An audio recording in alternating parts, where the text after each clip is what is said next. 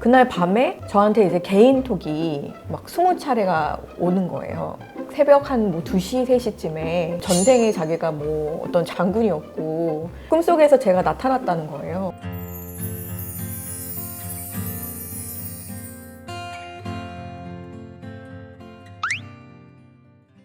안녕하세요. 법률사무소 봄의 대표 변호사 정현주. 법률사무소 봄 대표 변호사 이완수입니다. 보통 변호사들은 상담을 오시면은 사건 수임을 많이 하려고 하시잖아요. 네. 그런데 이제 변호사라 하더라도 네. 사건 수임을 거절하는 경우도 있지 않느냐, 그런 얘기를 가지고 이제 오늘 얘기를 해보려고 하는데요. 예. 변호사가 사건 수임을 안 하는 경우도 있나요? 당연히 있습니다. 일단 이제 첫 번째로 이거는 이제 변호사 바이 변호사일 수는 있겠지만 저희 같은 경우에는 패소가 좀 명확한 경우, 거의 뭐 증거라든지 좀 상담 내용을 봤을 때 이거는 도저히 할 수 없는 소송이다. 이거는 소송을 제기를 했을 때 무조건 진다라는 생각이 들면 저희는 이제 수임을 하지 않는 편입니다.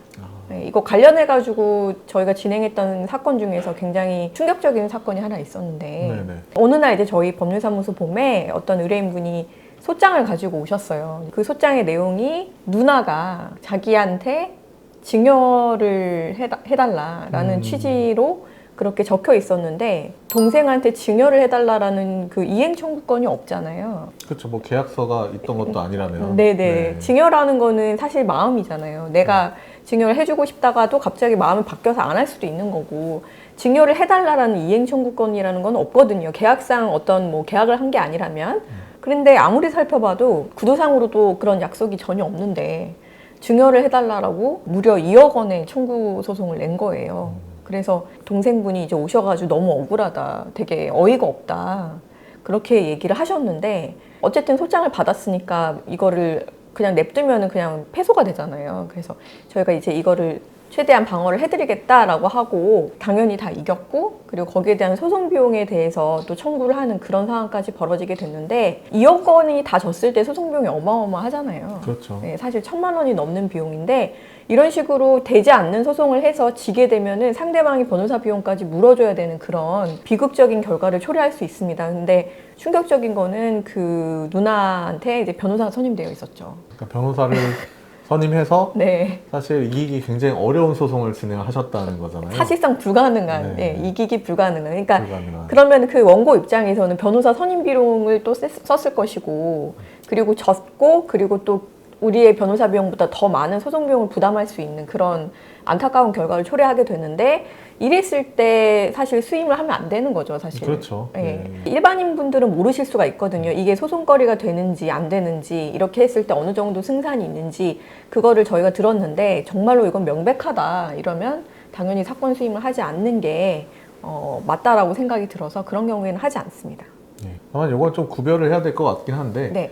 뭐 질 가능성이 높은 소송을 수임하지 않는다는 게 아니라 명확하게 이제 네. 아예 승소할 가망이 없는, 네. 누가 보더라도 네. 그런 거를 공연히 수임해서 이제 그런 행위를 할 수 없다는 말씀이신 거죠? 네, 의뢰인한테 너무 피해가 가고 나중에 이제 어떤 얘기를 해서 사실 수임을 한 건데, 그 수임을 한다라는 거는 일말의 기대를 가지고 하잖아요. 그렇죠. 예, 그러고 나서 나중에 졌을 때 또 어떤 면피성 발언을 해야 되는 거잖아요. 사실상 이거는 좀 속이는 거라는 생각도 좀 들어요. 그래서 패소 가능성이 좀 더 높다라든가 아니면은 약간은 그래도 우리가 이길 수 있는 여지가 있다, 이거랑 명백하게 안 되는 거랑은 조금 다르잖아요. 그래서 그렇죠. 패소 가능성이 높아도 소송을 진행하는 경우들이 있기는 있습니다. 예, 그런 경우에는 그래도 최대한 어떤 리스크 같은 거는 좀 말을 하는 게 맞는 것 같습니다.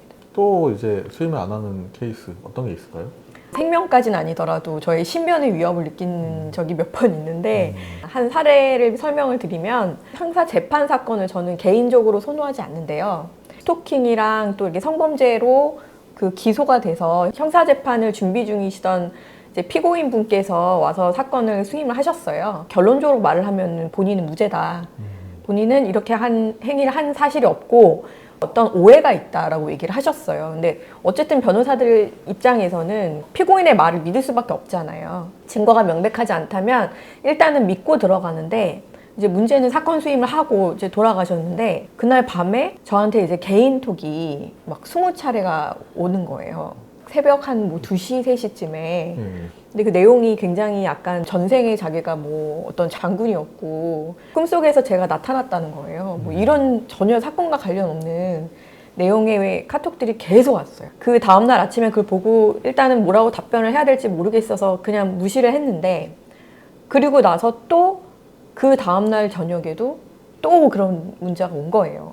그리고 나서 그 다음날 자기가 어제 술을 좀 마셔서 약간 취했다, 죄송하다 이렇게 얘기를 하고, 그래서 제가 2번까지는 참았는데 3번째 오는 걸 보고서 약간 이제 솔직하게 말씀을 드리면, 아, 이 사람이 말씀하는 것보다는 유죄의 가능성이 높겠다라는 생각이 들었죠. 이제 문제는 우리가 재판을 하는 기간이 최소 6개월 정도가 되는데, 특히나 무죄 주장을 하게 되면 6개월 이상이 갈 수도 있거든요. 그러면 매일같이 이런 카톡을 받아야 되잖아요. 굉장히 위협을 많이 느꼈어요. 그래서 제가 이제 좀 진행하기 어렵겠다라고 말씀을 드리고 사임을 했던 그런 사례가 있었습니다. 예. 또 하나는 유죄가 확실할 때 무죄 주장을 원하는 의뢰인이 있는 경우, 뭐 이렇게 얘기를 하시는데. 네. 이런 경우는 이제 다른 변호사님들은 꽤 많이 수임하실 거라고 저는 생각을 해요. 네. 근데 저는 개인적으로 상담을 했는데, 뭐 녹취록이 있다든지 뭐 CCTV가 있다든지 굉장히 명확한 증거가 있는데 무죄 주장을 하는 경우가 있어요. 그러니까 무죄를 다퉈달라. 근데 물론 아주 적을 가능성으로 무죄가 될 수도 있겠죠. 근데 증거가 없다라고 하면 사실 행위를 했다고 해도 저희가 무죄 주장을 할 수 있어요. 왜냐하면 명확하게 유죄를 인정할 만한 증거가 없으면 피고인의 이익이 되니까. 근데 증거가 확실한데 무죄 주장을 하는 경우에는 저는 사실 좀 의욕이 들지 않아요. 차라리 그냥 다 인정을 하고 선처를 바라는 게 좀 더 낫지 않을까. 이렇게 명확한 증거가 있는데 무죄 주장을 한다면 사실 어떻게 보면 판사님이 봤을 때는 괘씸죄가 들어갈 수도 있거든요. 그래서 이런 경우에는 저는 개인적으로는 사실 수임을 하지 않습니다. 그러면 이렇게 뭐 수임하고 싶다 이렇게 찾아왔는데 수임을 거절할 때, 네. 그때는 어떻게 말씀을 하시는 편인가요? 개인적으로 다른 변호사님들한테 뭐 저랑은 좀 비슷한 사유 또는 다른 사유로, 개인적인 사유로 수임을 조금 안 하려고 하시는 경우에는 수임료를 굉장히 높여서 부른다는 얘기를 들은 적이 있습니다. 3,400짜리 사건인데 뭐 1,000만 원을 부른다든지. 그럼 이제 의뢰인분들이 선택을 하는 건데, 저는 이제 그런 식으로 돌려서 하진 않고요. 그냥 조금 웬만해서는 이러이러한 사유로 인해 가지고 제가 더 이상 사건 수임 좀 어렵다라고 솔직하게 좀 말씀을 드리는 편이에요.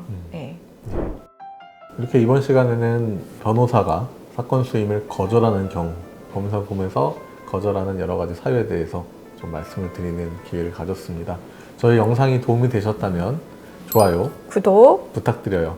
감사합니다.